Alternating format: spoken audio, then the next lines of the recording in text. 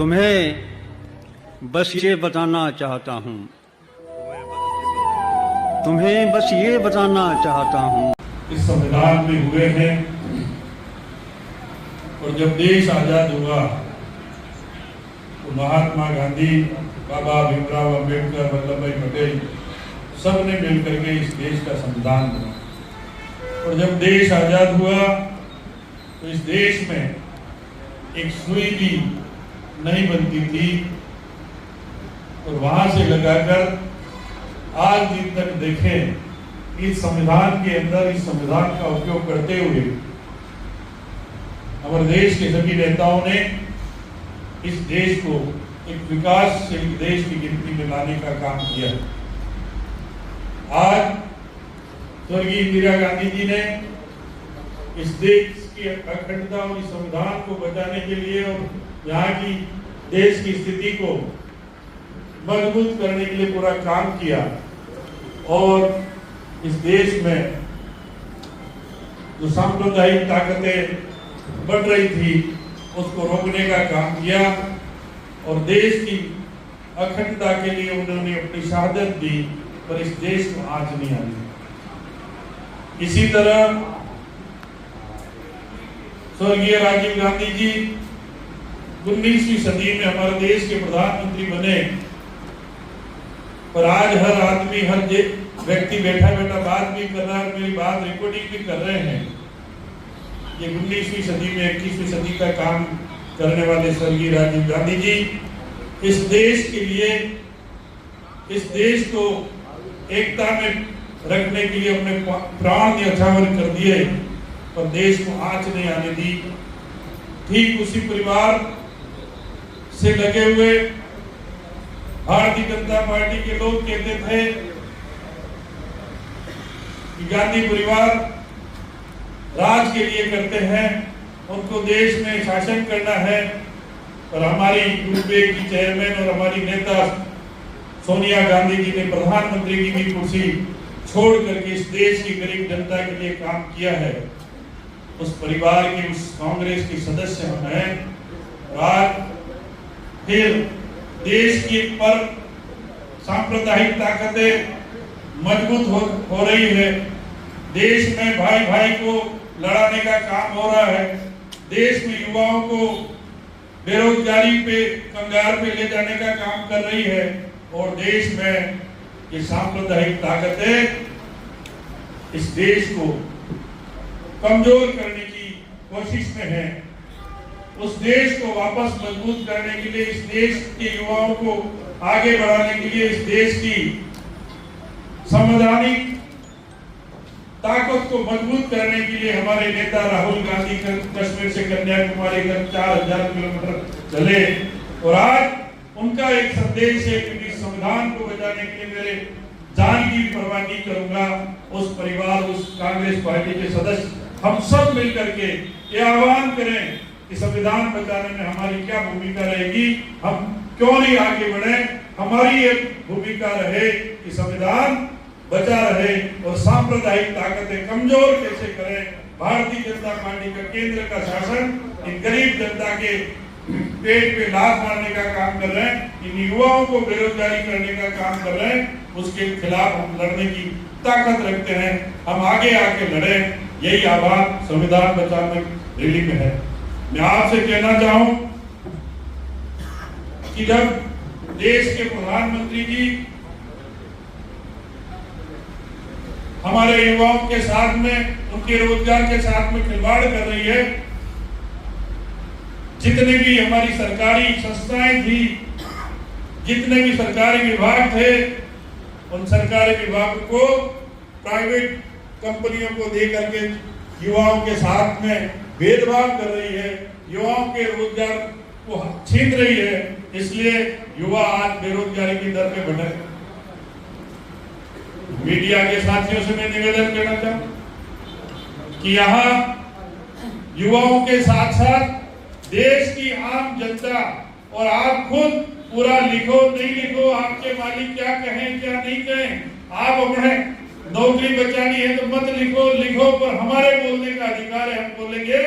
आज हर गांव का आदमी, शहर का सबसे शहर का वो गरीब आदमी जो महंगाई से तरस रहा है, जिसको रोटी सब्जी और दूध, जिसको आटे पर टैक्स देना पड़ रहा है और शरीर पे कफन तक का टैक्स बढ़ा है, किताब पर भी टैक्स बढ़ा है, जिस गरीब आदमी के बच्चे को दूध मिलता है उस दूध पे टैक्स मिल रहा है, वो चीज मैं आपसे कहना चाहूं कि वो भी आपको लिखने की आवश्यकता है, ताकि सबसे ज्यादा शहर में जो गरीब परिवार रहते हैं, शहर में जो कमजोर परिवार रहते हैं, उन परिवारों के लिए मैसेज जाए कि भारतीय जनता पार्टी धर्म के नाम से, जाति के नाम से वोट मांगती है, पर महंगाई से कोई धर्म का आदमी हो या महंगाई से कोई किसी जाति का आदमी हो, उसके लिए महंगाई पक्षपात, महंगाई तो सबके लिए, कोई किसी जाति धर्म का हो, किसी आदमी, कोई आदमी हो, महिला हो चाहे पुरुष हो, महंगाई में सब लोग परिवार, सभी परिवार दुखी होते जा रहे हैं। ये रहते हैं जब देश के प्रधानमंत्री मनमोहन सिंह जी थे तो पेट्रोल के दामों की बात कर रहे थे, गुजरात के मुख्यमंत्री, तात्कालिक मुख्यमंत्री भाषण दे रहे थे कि देश की ताकतें प्रधानमंत्री जी के हाथ में है। मैं पूछना चाहता हूँ ये आतंकवादी कहां से आ रहे हैं, मैं पूछना चाहता हूँ देश की महंगाई कैसे बढ़ रही है। तो हम कांग्रेस के कार्यकर्ता देश के प्रधानमंत्री से पूछना चाहते हैं कि वही प्रश्न जो आपने मुख्यमंत्री रहते हुए कांग्रेस के प्रधानमंत्री मनमोहन सिंह जी के सामने क्वेश्चन रखे थे, वो आज बांसवाड़ा का युवा, राजस्थान का युवा पूछना चाहता है कि देश के आतंकवाद कहां से आ रहा है। सारी ताकतें आपके हाथ में, महंगाई क्यों नहीं घट रही है, सारी ताकतें आपके हाथ में है। आप बताओ कि गरीब आदमी जिसके पेट में, जिसके परिवार को 2 टाइम की रोटी नसीब नहीं हो रही है, गरीब आदमी जिसके लिए दूध नसीब नहीं हो रहा है, ये महंगाई जिस पर आपने बड़े बड़े टैक्स लगा करके उस गरीब आदमी के साथ में अत्याचार करने की कोशिश की है, उसका जवाब देश की सरकार दे, राज्य की सरकार दे। ये हमारे संविधान के साथ साथ हम मांग करते हैं। यही बात नहीं, मैं दूसरी बात कह रहा हूं, नरेगा की बात आई, नरेगा का प्रावधान बना हुआ, नरेगा में भारतीय जनता पार्टी के अध्यक्ष कह रहे कि भाई जिसको आवेदन करना है वो भारतीय जनता पार्टी के ऑफिस में आ जाए। अध्यक्ष जी, वकील जरूर हो, LLB की डिग्री कहां से लाए मुझे पता नहीं, पर नरेगा गरीब आदमी का रोजगार का अधिकार है। वो घर बैठे उस पंचायत समिति में, उस पंचायत में जाएगा, वो अपना आवेदन प्रस्तुत करेगा, वो फार्म 6 प्रस्तुत करेगा, उसका अधिकार है कि सरकार उसको रोजगार दे, नहीं तो घर बैठे उसको भत्ता दे। ये तेरे भारतीय जनता पार्टी के ऑफिस में नरेगा नहीं मिलती है, ये सरकार देती है। और सरकार में उस गरीब आदमी, आम जनता का, जो जिसके पास में जॉब कार्ड है, उसका अधिकार है रोजगार मांगना, रोजगार देना सरकार का दायित्व है। ये आप सुन लें, वकील हो तो उस कानून को पढ़ लें, ये मेरा सुझाव है भारतीय जनता पार्टी के खिलाफ। जहां तक जितने भी यहाँ सरपंच साथी और अन्य कार्यकर्ता साथी आए, उनसे मेरा हाथ जोड़कर निवेदन है, जाइए गांव गांव जा करके मोहन जी एक टीम बनाइए और हर गांव में जा करके उस सरपंच अगर किसी के दबाव में है, वो सरपंच आगे नहीं आता है, तो वहां हमारा कांग्रेस का कार्यकर्ता है, वो कांग्रेस का कार्यकर्ता आम जनता के बीच में जाकर के उसके रोजगार के लिए फार्म भरे और पंचायत में जाकर के उस सचिव को कहे कि भाई हमें रोजगार चाहिए, हमारा रोजगार तू दे, केंद्र सरकार ने अधिकार दिया है तुझे रोजगार देना है, वो रसीद आवेदन दे और उस सचिव से रसीद प्राप्त करें। और महासचिव अगर नहीं लेता है तो एक दिन ढोल बजा करके उस पूरी पंचायत समिति के लेबर इकट्ठी करो। ये कांग्रेस के तमाम वरिष्ठ नेता है, वहां जाकर के उस वीडियो से मांग करेंगे कि जनता की मांग है, जनता मांगेगी रोजगार, आपको दो, ये हमारी मांग है। और ये कार्यकर्ताओं से मैं आह्वान करना चाहता हूं कि जैसा हमने कल छोटी सरवन में एक पंचायत को गाइडलाइन दी है कि आप आवेदन करें और पंचायत में सचिव को दे, और सचिव नहीं आता है तो वीडियो को दे, तो तमाम यहाँ जितने कार्यकर्ता हैं उन सभी से मैं कहना चाहता हूँ कि पूरे ब्लॉकों में, पूरे पंचायतों में जो सरपंच आए हैं, कालू सिंह जी, भाई रोहित जी, अभी आपके सामने भी ये संविधान वाली रैली है, उसमें तमाम सरपंच आने चाहिए। गढ़ी में भी तमाम सरपंच आए, नहीं आए तो हमारे कार्यकर्ता आकर के मोहन जी ये सारी विधि से हम नरेगा के लिए आवेदन करें और कहें सरकार से कि मांग करें कि हमारे को रोजगार।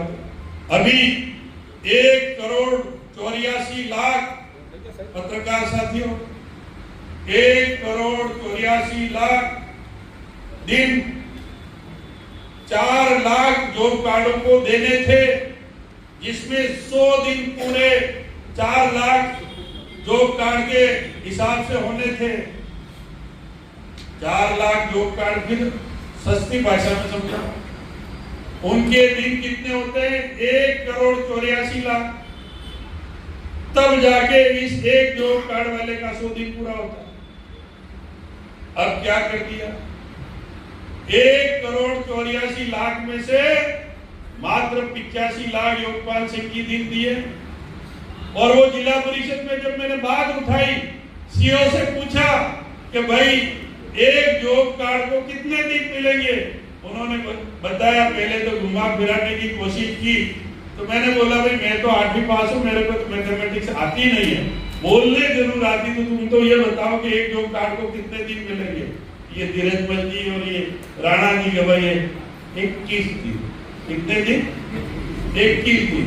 हमारी कांग्रेस की सरकार 100 दिन जिसके पूरे होते थे उसको 25 दिन 50 दिन और आगे देते थे, पर अब 100 में से 21 दिन यानी 80 दिन कम कर दिए। पंड्या जी, ये गरीब के साथ में अन्याय हो, तो हमारी सबकी जिम्मेदारी है कि संविधान रैली में बचाओ, इस पूरे फॉर्मेट को ले जाकर के गफ्फार भाई हर पंचायत में हर कार्यकर्ता को मजबूती से आवेदन करने के लिए हम आह्वान करें और उस कार्यकर्ता की पीठ के पीछे हम सबको खड़ा रहना है। यही बात मैं आपके बीच में कहूं। जहां तक दूसरी बातें हैं, मैं कहना नहीं चाहता, संविधान बचाओ उसमें पत्रकार साथियों से इतना ही जरूर कि धीरे धीरे संविधान में संशोधन हो जाएगा तो आप भी लिख नहीं पाओगे पूरा जितना लिखना चाहो। सरकार की वाहवाही के अलावा और कोई कमी नहीं कर पाओगे, ये आप भी सुन लेना, क्योंकि प्रजातंत्र है, लोकतंत्र में हर आदमी को बोलने का अधिकार है। पर पता नहीं, अभी कल गए कल बाप वाले रैली निकालने वाले थे, प्रजातंत्र ने उनको परमिशन प्रशासन ने नहीं दी और डर के मारे रैली नहीं निकाल पाए। और भारतीय जनता पार्टी वाले हर ब्लॉक पे हर विधानसभा में रैलियां निकाल रहे। मकसद दोनों का अलग अलग हो सकता है, कारण एक ही है। एक कह रहा रिश्वत ली, एक कह रहा चोर है, एक दूसरा कह रहा चोर नहीं है।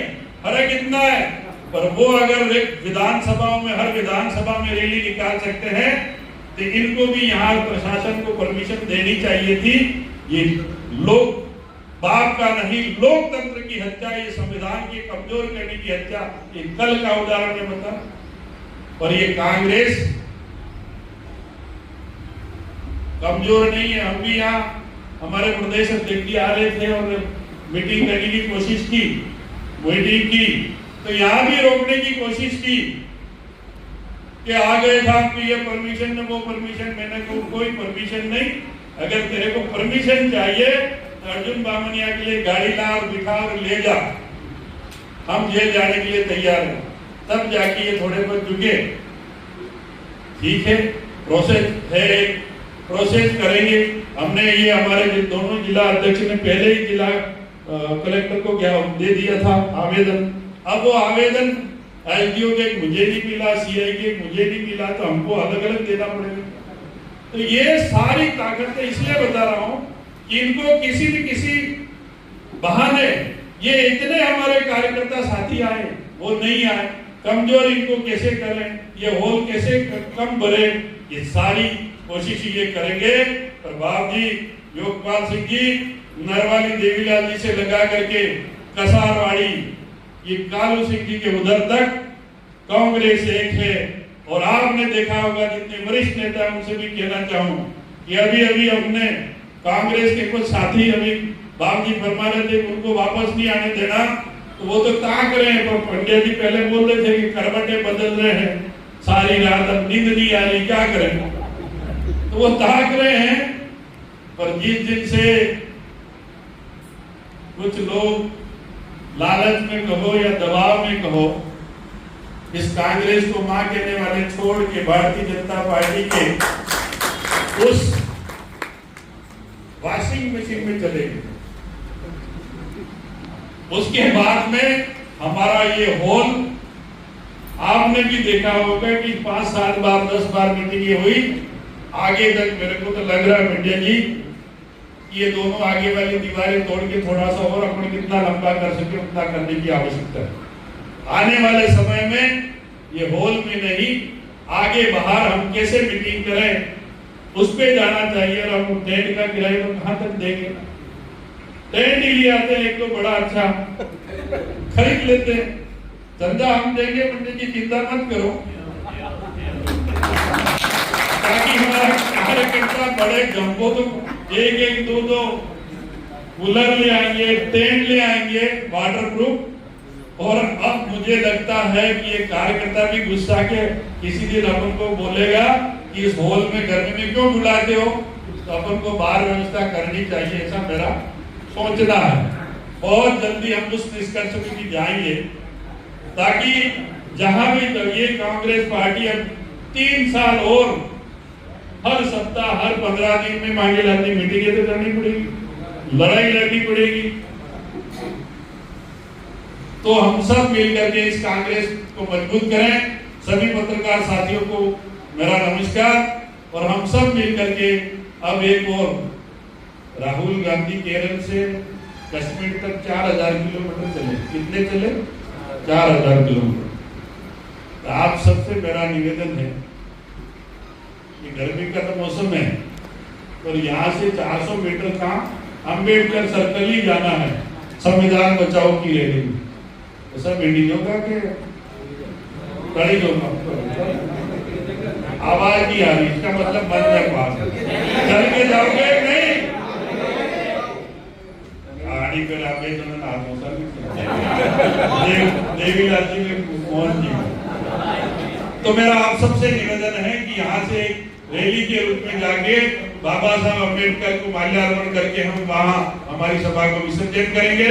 हम सब मिलकर के आने वाले समय में इस कांग्रेस पार्टी को मजबूत करें, राहुल गांधी के हाथ मजबूत करें, प्रियंका जी के हाथ मजबूत करें, डोटासरा जी की हाथ मजबूत करें, अशोक